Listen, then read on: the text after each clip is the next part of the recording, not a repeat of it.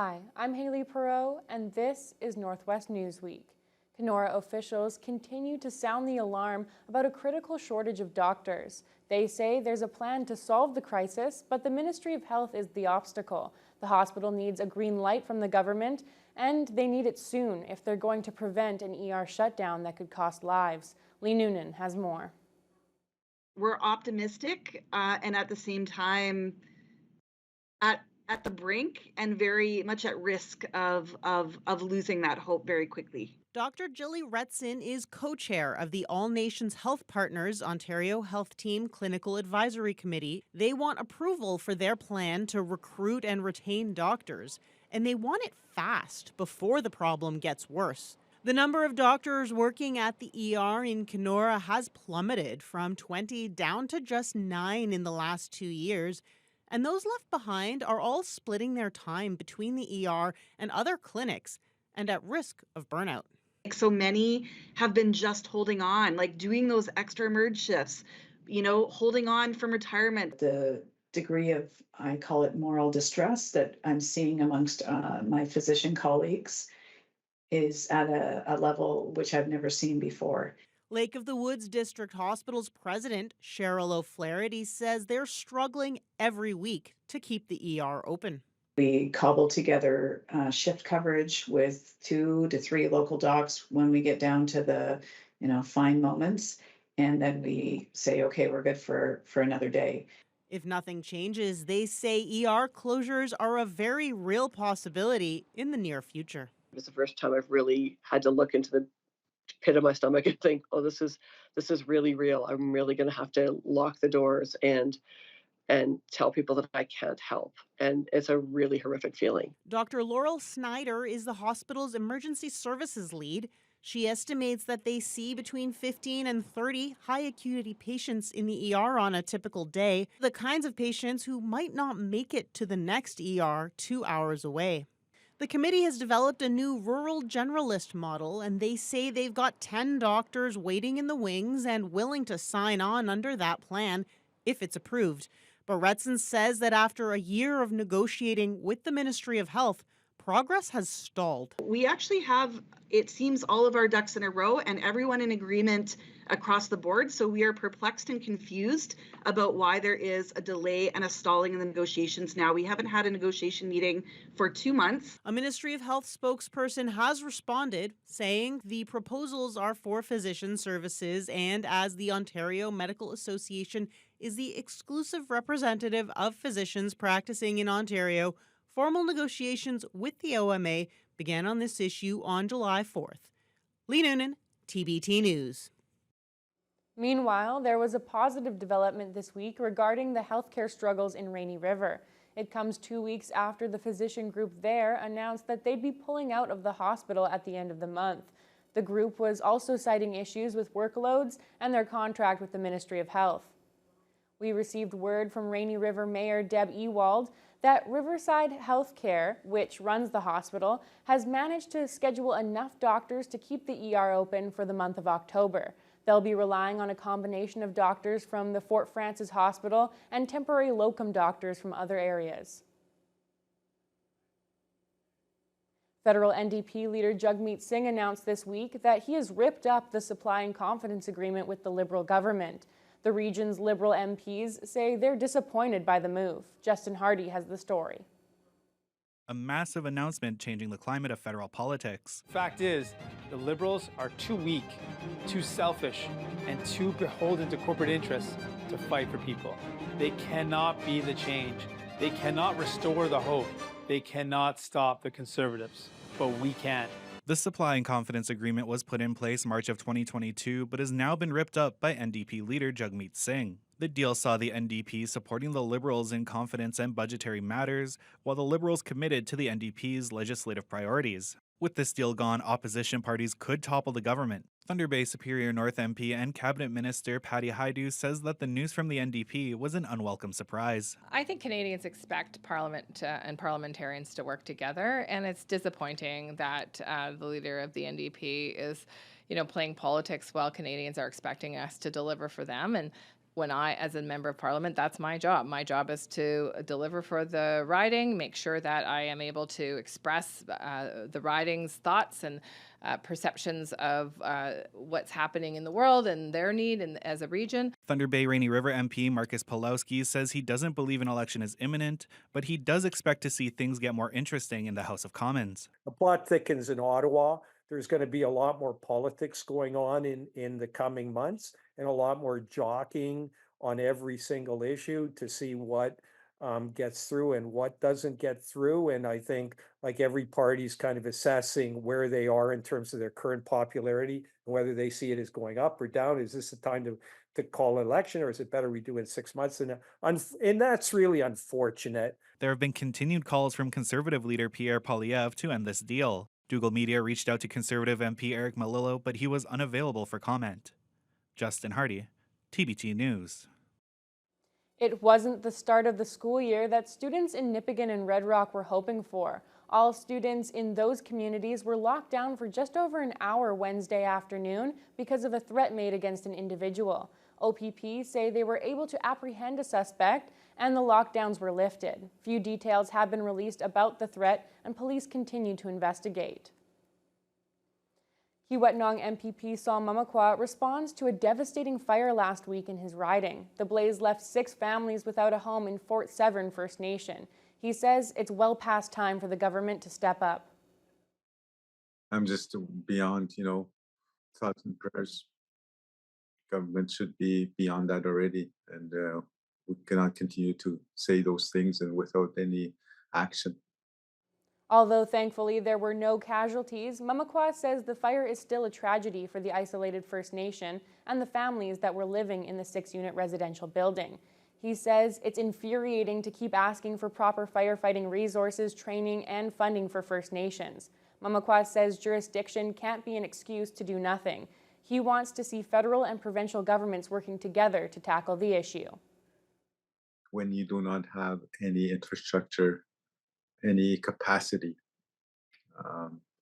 fire, any training, any equipment to be able to fight a fire, all you can do is just stare at it and let it burn. The fire was one of several significant structural fires in Mamakwa's riding last month, with others including a house fire in Sachigo Lake on August 27th. Anishinaabe-Aski Police Service charged a 29-year-old man with arson in that case. We also spoke with Kiiwetinoong MPP Saul Mamakwa about the start of the school year for high school students from remote First Nations. We'll have that story after the break. It's almost going back to the old Indian residential school system, right? And it's just different.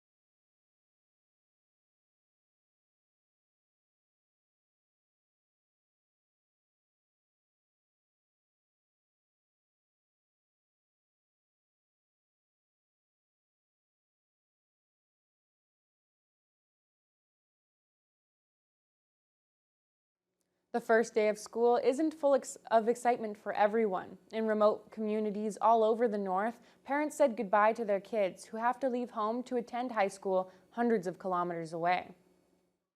I have mixed feelings because, you want to encourage them to try and be successful in attending school. But there's, over the last, 20 years, like we've lost students that has gone to school. The students that never came back. Kiiwetinoong MPP Saul Mamakwa estimates that only 3 or 4 of the 31 First Nations in his riding have a full high school program.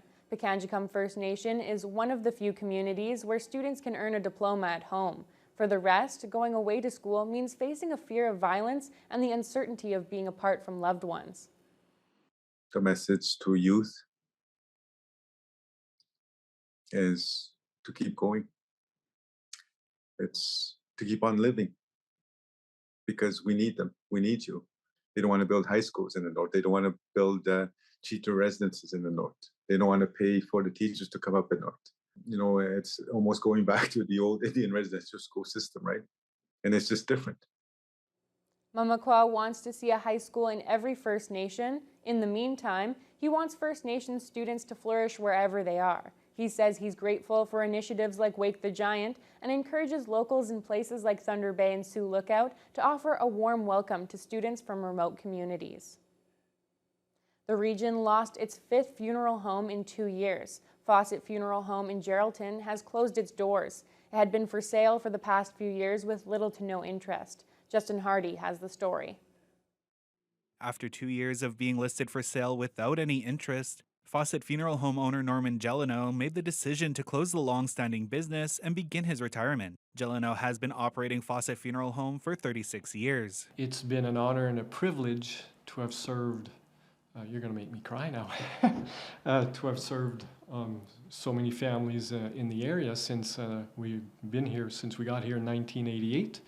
So it's going to be a bittersweet retirement for me because I still love what I do. Fawcett Funeral Home was the only one servicing the area, with the next closest funeral home 250 kilometers east in Hearst or 280 kilometers southwest in Thunder Bay. Everest of Thunder Bay has stepped up to fill the gap. John Brian Gardner, the president of Everest, says that his organization has the capacity to provide burial and cremation options for the residents of the Greenstone area. These small communities, they lose their grocery stores, they lose their banks, they lose their gas stations. Now they lose a funeral home. Oh my, what are we going to do? What happens when someone dies? Now they know that, yeah, things will be a little different, but at the end of the day, they can count on us. And we've put ourselves out there that we pledge to look after them and to maintain, like I say, the level of service that they've been accustomed to. Everest staff spent time with Gelano in the months leading up to the closure of the Fawcett Funeral Home. Gardner says that they've become very familiar with the area and its needs.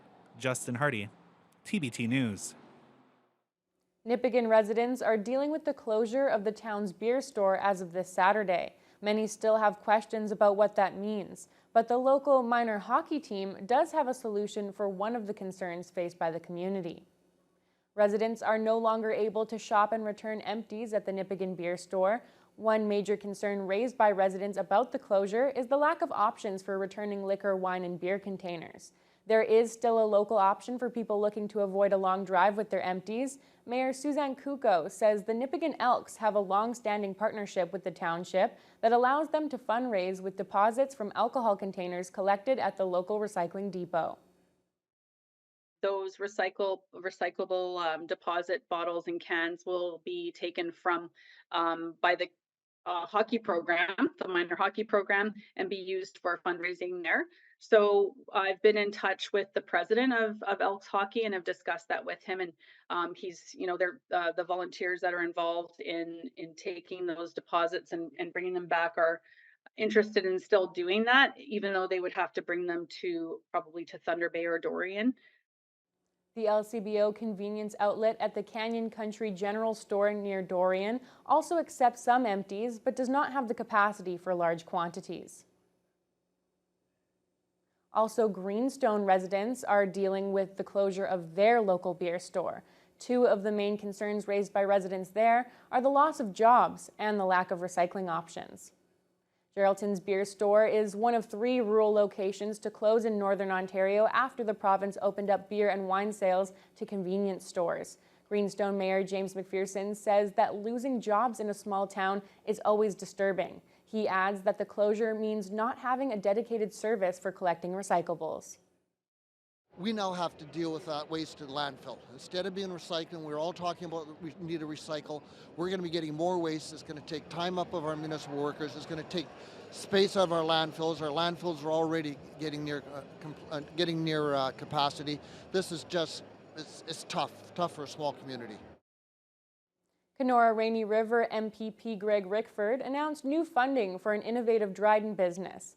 Stay with us after the break to hear more. We're big fans, and local restaurants, local people rave about the quality of food, not just in taste, but in nutritional value.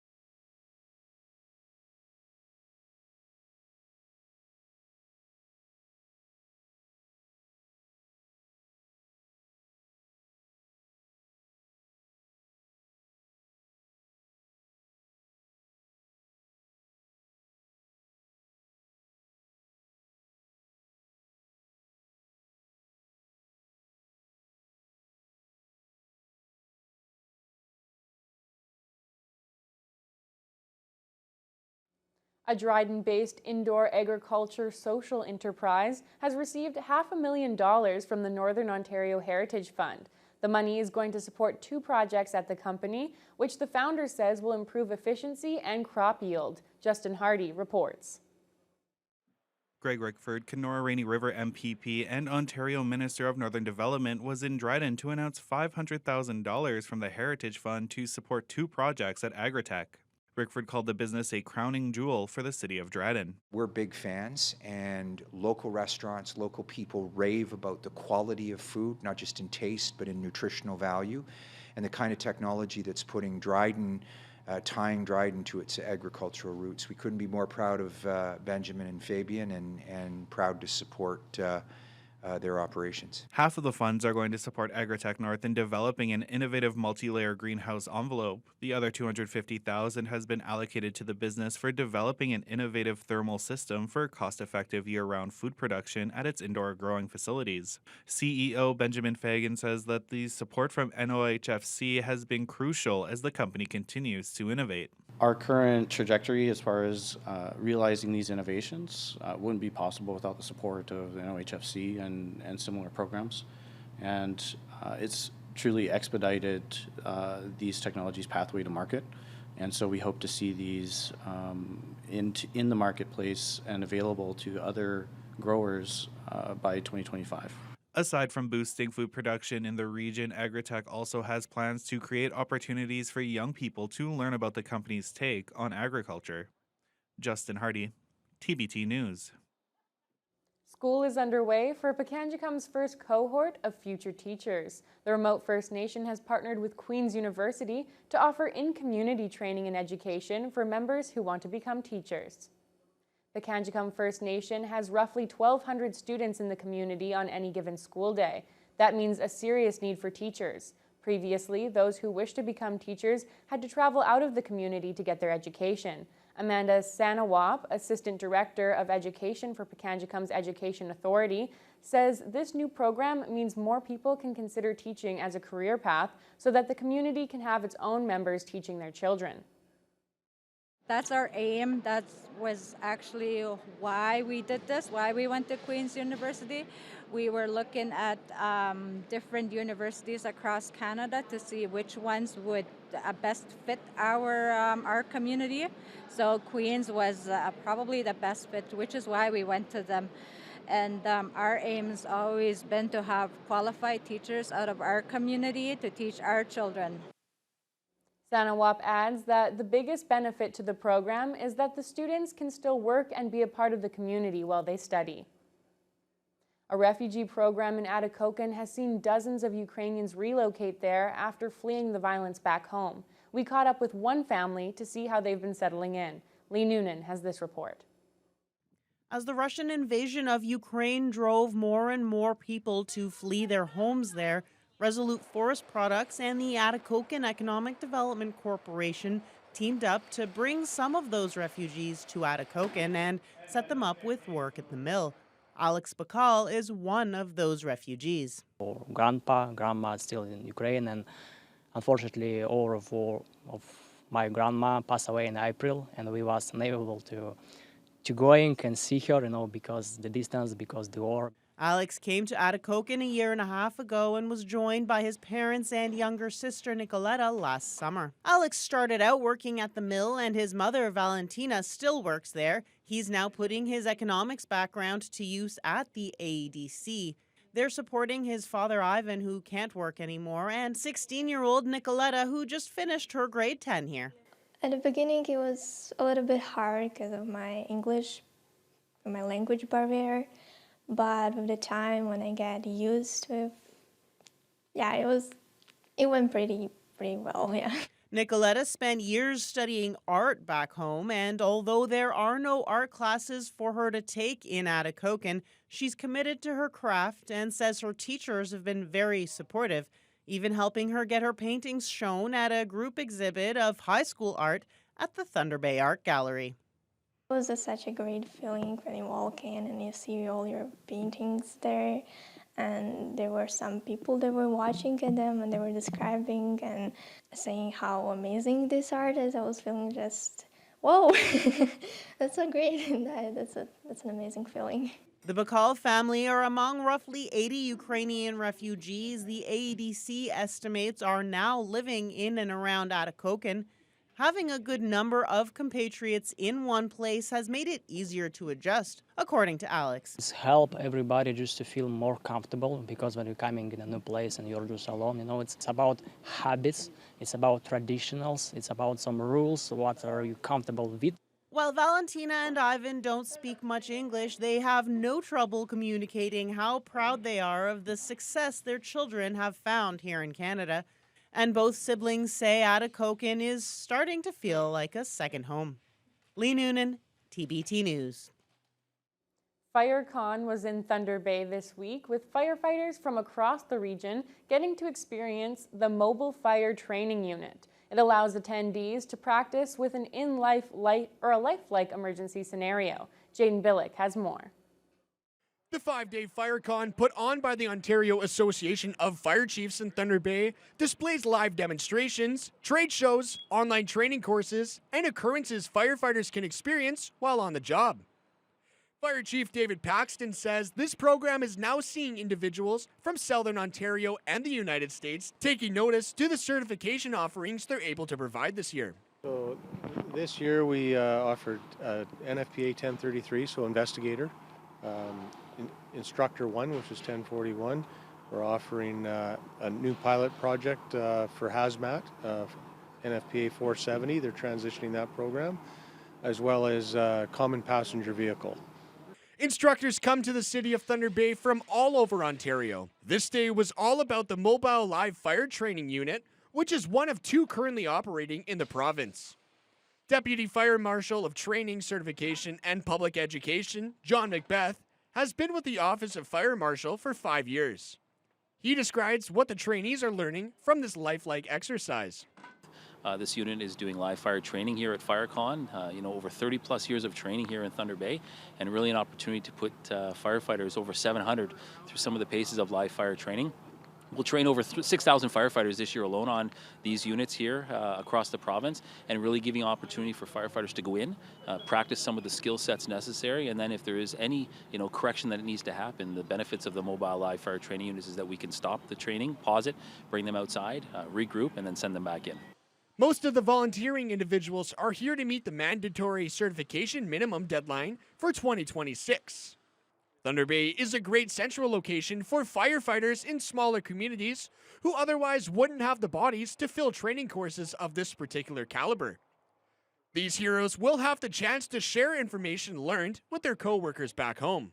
So I'm with the City of Kenora Fire and Emergency Services as a paid per call firefighter. This is my first time doing taking a training role, so it'll be pretty neat because I could go back and help out instructing new volunteers in Kenora and the surrounding area. Paxton shared his appreciation towards partnerships between all communities and teams who signed up and participated, as well as the instructors who traveled to be here this week. Jaden Billick, TBT News. That's all the time we have for this edition of Northwest News Week. We'll be back next week with more of the top stories from across the Northwest.